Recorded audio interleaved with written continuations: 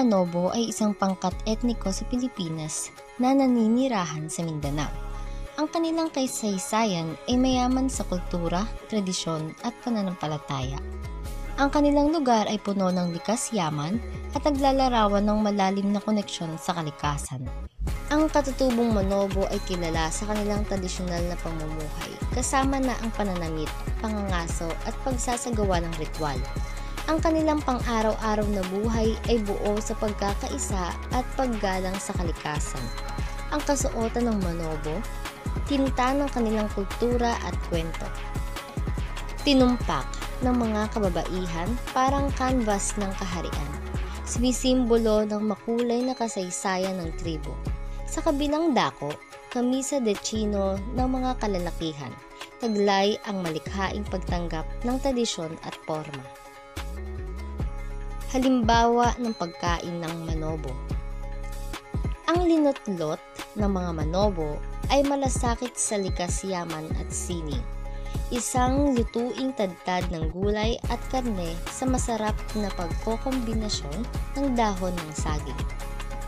Ang hinumay, isang sagana sa sariwang dagat, ay nagbibigay buhay sa espesyal na okasyon. Ipinapakita ang malikhain na paghahanda ng mga Manobo sa kanilang hapagkainan. Ang wika ng Manobo, tuklas ng kaharian, ng kahulugan at alingawngaw ng kultura. Sa bawat araw, ito'y nagiging kasangkapan sa paghahatid ng kwento, paglalakbay sa nakaraan at pagmamana ng mga kaugalian.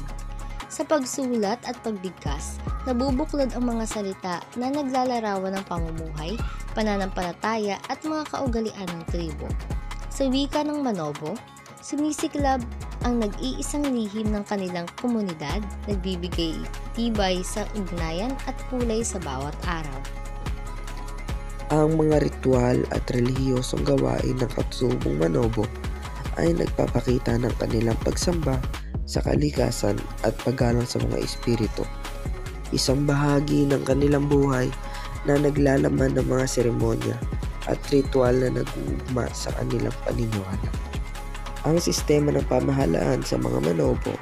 Sa puso ng Manobo, namumukod ang kanilang tradisyonal na sistema ng pamahalaan.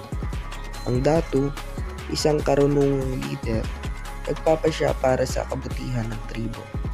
Kasama si Baylan, tagapamagitan sa espiritual na bahagi ng buhay.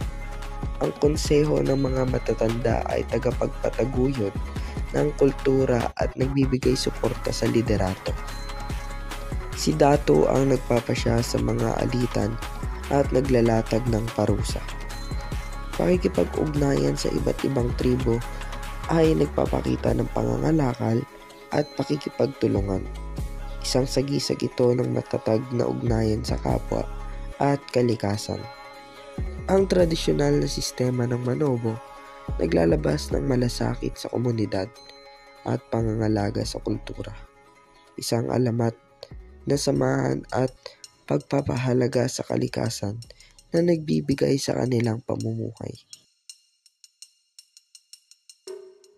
Ang pag-unawa sa katutubong Manobo ay mahalaga upang mapanatili ang kanilang kultura at tradisyon. Ito ay nagbibigay daan sa masusing pagsusuri ng kanilang kasaysayan, wika at ritual na nagbubukas ng pintuan sa pagpapahalaga sa kanilang identidad at kontribusyon sa lipunan. Sa pag-aaral at pag-unawa sa katutubong Manobo, hindi lamang natin iniingatan ang kanilang kultura, kundi nagbibigay din tayo ng respeto at pagpapahalaga sa kanilang mga alamat. Ito'y naglalayo na mapanatili ang kanilang kasaysayan at maging instrumento ng pagkakaisa sa ating lipunan.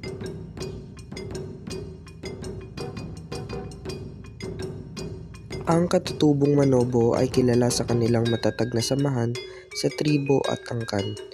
Ang tradisyonal na musika at sayaw ay bahagi ng kanilang mga pagdiriwang na naglalaman ng mga instrumento at kasuotan na nagpapakita ng kanilang identidad.